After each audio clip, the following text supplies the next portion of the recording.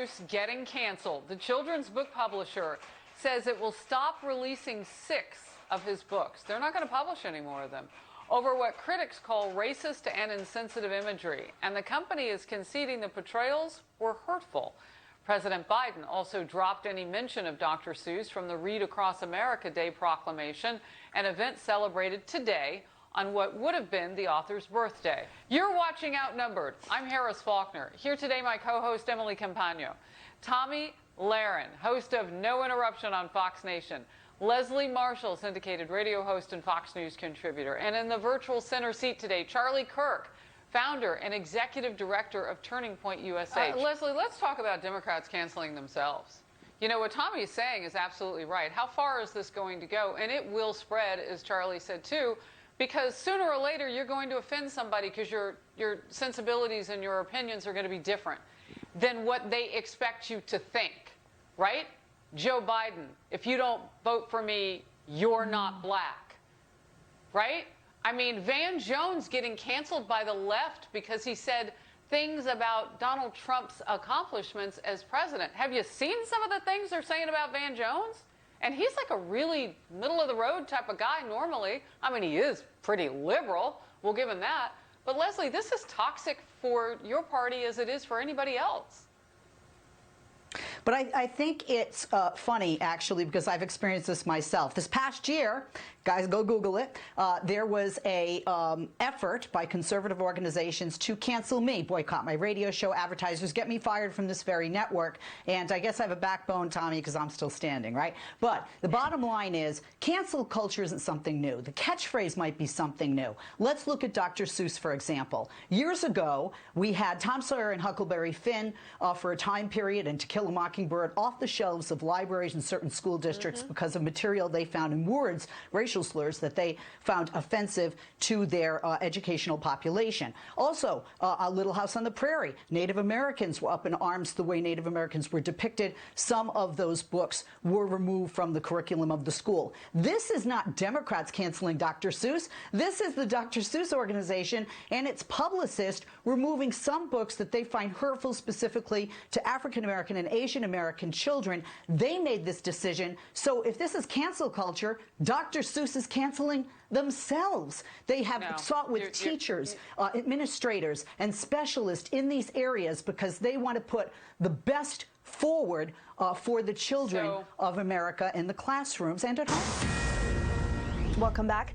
New York Governor Andrew Cuomo faces growing calls from fellow Democrats to resign after a third accuser comes forward.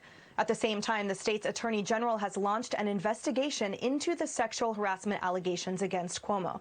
After the New York Times broke the story, the New York Post front page showing a photo of the governor with his hands on the face of the woman who now accuses him of unwanted sexual advances. All this, apparently the breaking point for New York Congresswoman Kathleen Rice, the first Democratic member of Congress to call on Cuomo to resign. She tweets, "The time has come. The governor must resign." Cuomo's latest accuser, Anna Rush, did not work for the governor. She says he asked if he could kiss her moments after they met at a 2019 wedding. And her account prompted tweets of support from the 2 former Cuomo aides who have said that the governor sexually harassed them. All right, Leslie, I'd like to start with you on this and just get your perspective on now the timing of his fellow Democrat Party members coming out, calling now beyond for an investigation, but calling now for his resignation over this. Well, I think as more victims come forward, and I've shared with you before, I'm also the victim, so this is an issue and a subject matter very near and dear to my heart. As more information has come out, as we saw in the past, whether it was with Katie Hill or Al Franken, you know, Democrats don't look at whether it's a D or an R in parentheses next to that individual's name. What they look at are, do these look like credible allegations? And what should be the result of that? Some people calling for an independent investigation because they do believe there are two sides to to every story, and an individual does deserve the right to due process, which many on both sides believe. But of course, there are individuals on both sides that feel that the governor should resign in light of a third and such credible, when you have evidence that you're looking at, accusations. So I'm not surprised. I don't think that this individual, this Democrat, this elected official will be the first to call for the governor's resignation. But I also want to say, Emily, that, we've seen this before. I mean, when almost 24 women came out against Donald Trump, there were people crying for his resignation. He didn't step down. So I think left or right, when an individual is accused, unless there is a push from within their party, as we saw with Senator Al Franken as an example, it's harder to get that person to step aside or to resign. A growing migration problem reportedly has the U.S. Customs and Border Protection Agency sending more agents to the southern border. Timing. Leslie. Well, look, I'm not going to say I think this will become a crisis if it isn't today. But Troy Miller, who's acting commissioner of the U.S. Customs and Border Patrol, said, and I quote, "This is an uptick consistent with trends that we've seen in years past." And the reason I say that is when we said there was a crisis in 2019, as an example, there were 500,000 people that came over the border. Also, Mr. Miller said that, the COVID pandemic, and you just rightly pointed out, Harris, the pandemic, this has exacerbated the situation for these individuals in their countries. With COVID, with the pandemic, that has increased crime, and it has also decreased financial opportunity, which is why we're seeing, which are some of the reasons that these people are coming here en masse right now. Leslie, I want to lean in with one final question for you this segment, and it has to do with how Democrats really want to address this. Joe Biden's administration, obviously through Mayorkas, is not quite seeing it as a crisis, as you point out. 117,000 projected minors by the end of the year. That's a lot different than an overall look at people who are adults. And when you vet that and you realize that they're not with their parents, it becomes a dangerous situation. What should the Biden administration do now?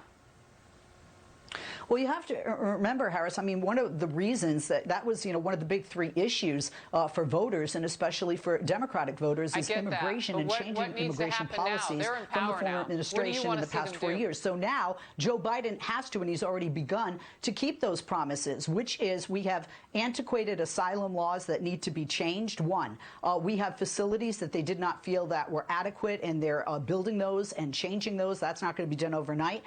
And three, not to remove children from their families, to reunite them with their families. And then, of course, four, in this pandemic, to make sure not just those individuals, but that our communities are safe as well in light of that. Welcome back. Chris Cuomo breaking his silence and finally touching on the scandal surrounding his brother, the governor of New York. Leslie, the argument here is that CNN broke their own protocol during the pandemic and then sort of had these lighthearted segments during what was a really real life or death situation for Americans at that time. So now, in a way, that argument of credibility just rings a bit hollow, regardless of Chris Cuomo utilizing, his brother to sort of humanize the governor during that time. Your thoughts, Leslie? Well, first of all, I'm a bit in shock because, Charlie, you and I just agreed for the first time ever. So hell has truly frozen over. Yeah, because I agree that CNN has not covered it extensively. It's not that CNN hasn't covered it extensively as an opinion. There was a fact. How many times was this reported, et cetera.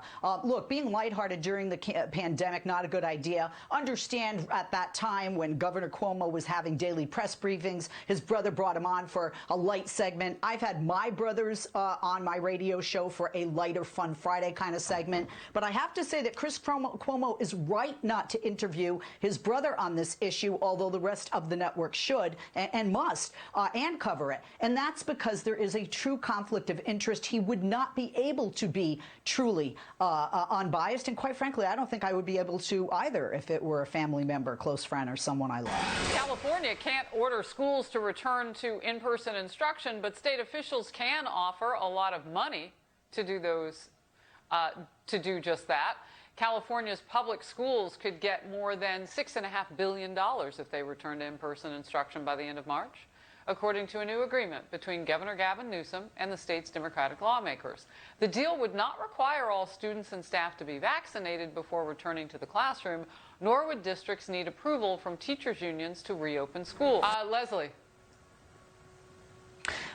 First of all, this is the 6th recall effort against Gavin Newsom. Secondly, Harris, you were correct. Teachers in California actually were the 2nd in that list of who can get it after the elderly and those in nursing homes. They were considered essential workers. And in addition, just recently, the governor has actually had specific vaccines set aside for teachers and testing sites. And we know the CDC said you don't have to be vaccinated to go to the schools. Right. Here's the problem. The reason for the money is lack of ventilation systems and lack of the ability physically with distancing to set in place some of the protocols in some of the larger classrooms that have upwards of 30 students per class in some of the school districts that have not been funded as well as Beverly Hills as an example. So this is an effort to try and help meet the needs of what the teachers in these districts are asking for, which is cash. According to new COVID rules, wedding goers can dance only with members of the same household seated at the same table. The floor must be divided into dance zones, no smaller than 36 square feet, and the crowd must maintain 6 feet of distance from each other during ceremonial dances like the couple's first dance. All right, Leslie, this is Footloose. We are living in Footloose.